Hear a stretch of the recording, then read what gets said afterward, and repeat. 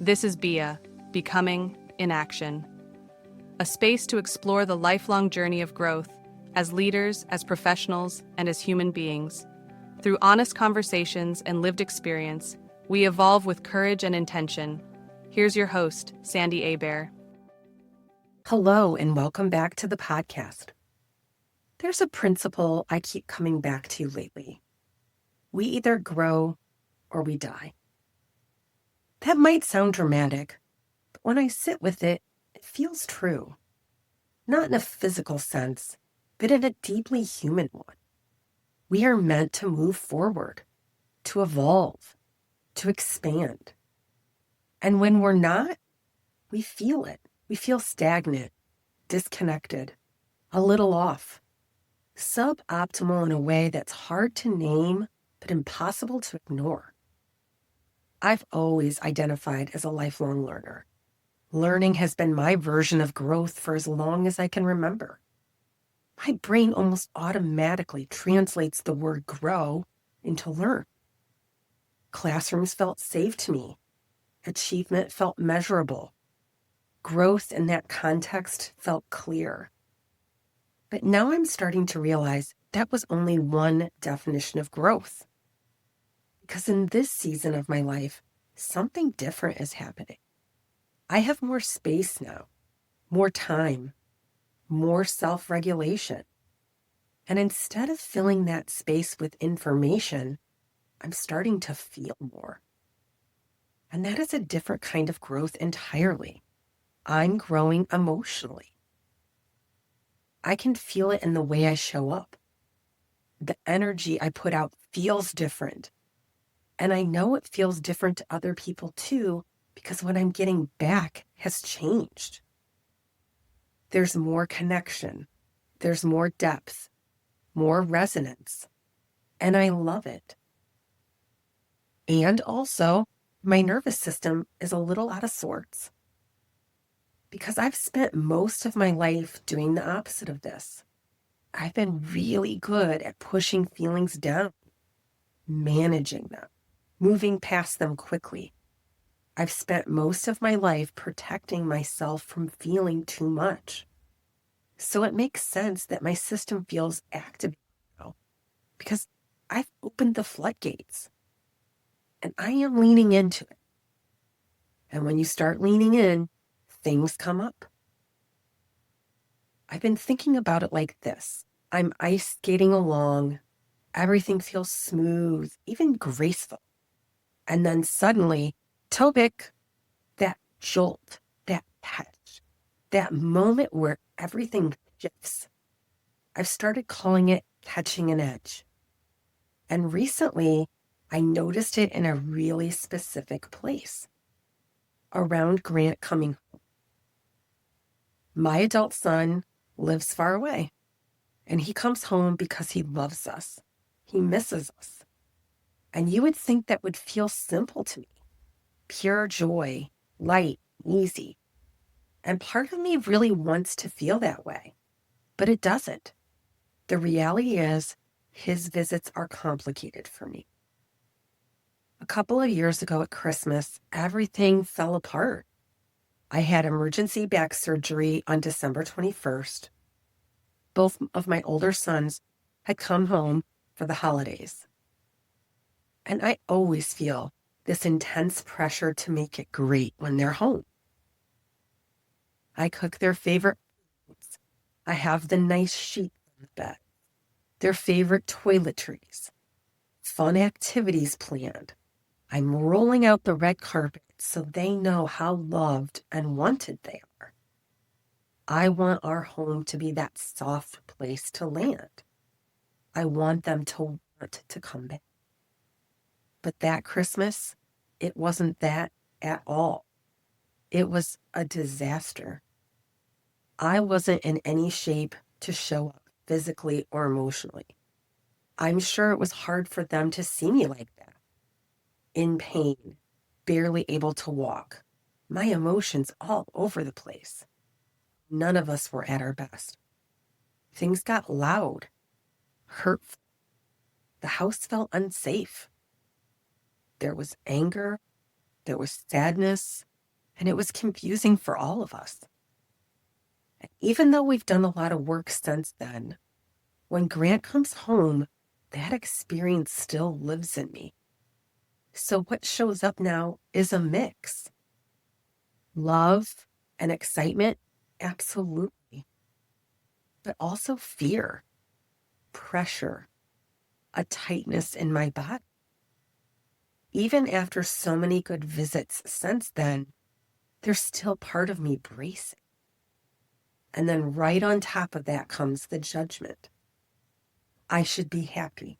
I shouldn't feel this way. I shouldn't put so much pressure on it. And that's the moment where I used to turn on myself, where I would make that wrong, make myself wrong. But this is where the shift is happening. I'm starting to say, no, no, no, we don't do that anymore. Because now I'm starting to recognize that moment for what it is.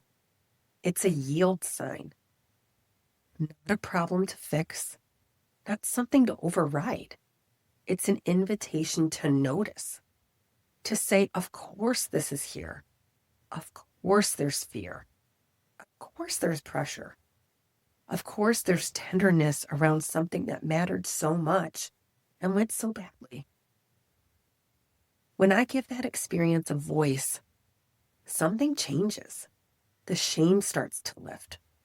There's a softening, an ease. It feels like I'm loving myself better in real time. And I think this is what growth actually looks like for me right now.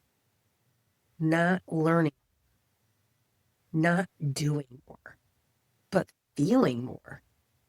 Because if I shut this down, if I go back to pushing feelings away, that's not neutral. That's me choosing not to grow. And it makes me realize how long I've done the opposite. In my corporate life, I felt like I had to be all buttoned up all the time. No cracks, no visible emotion. And that pressure created so much shame when the feelings inevitably came up, because feelings always come up. So I developed a strategy.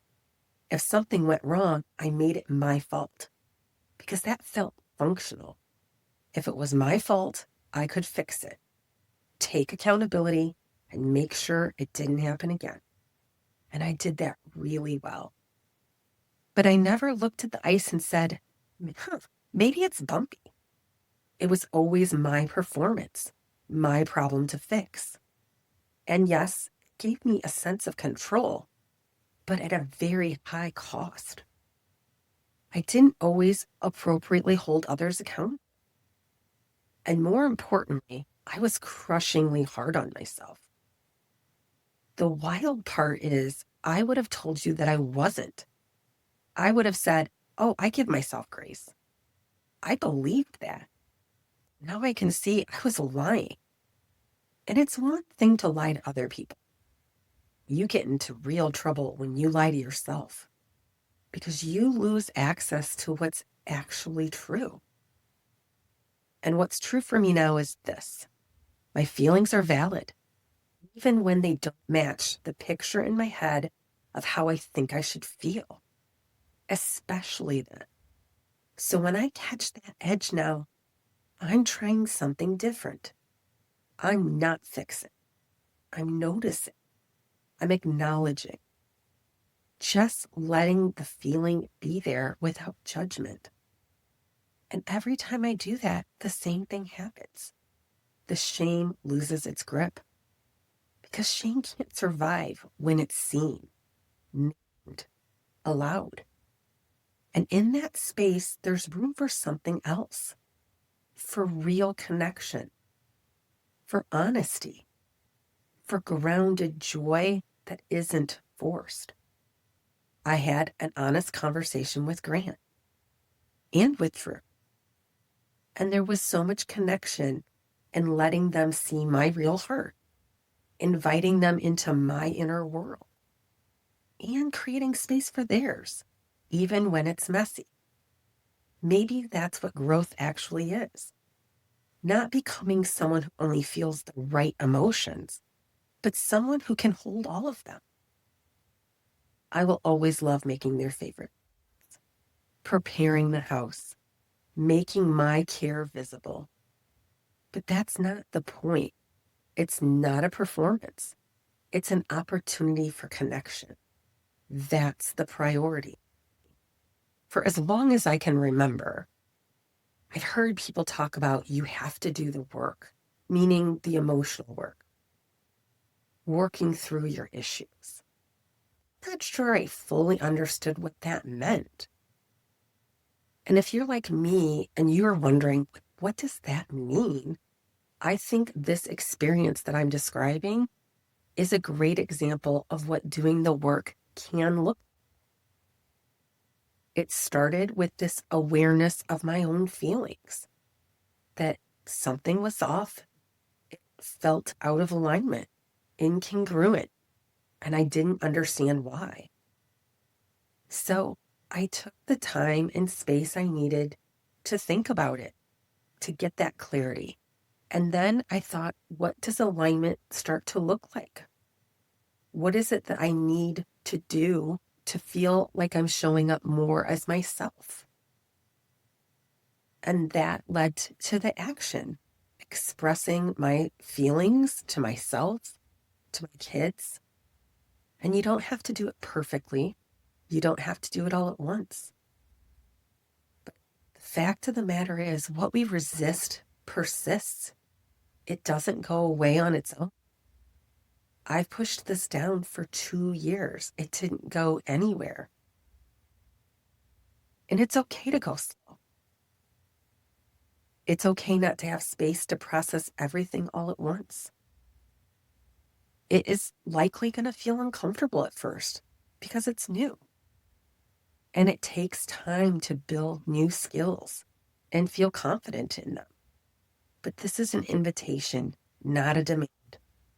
This is where that principle keeps coming back to me. We either grow or we die. Not in some dramatic way, but in these quiet moments.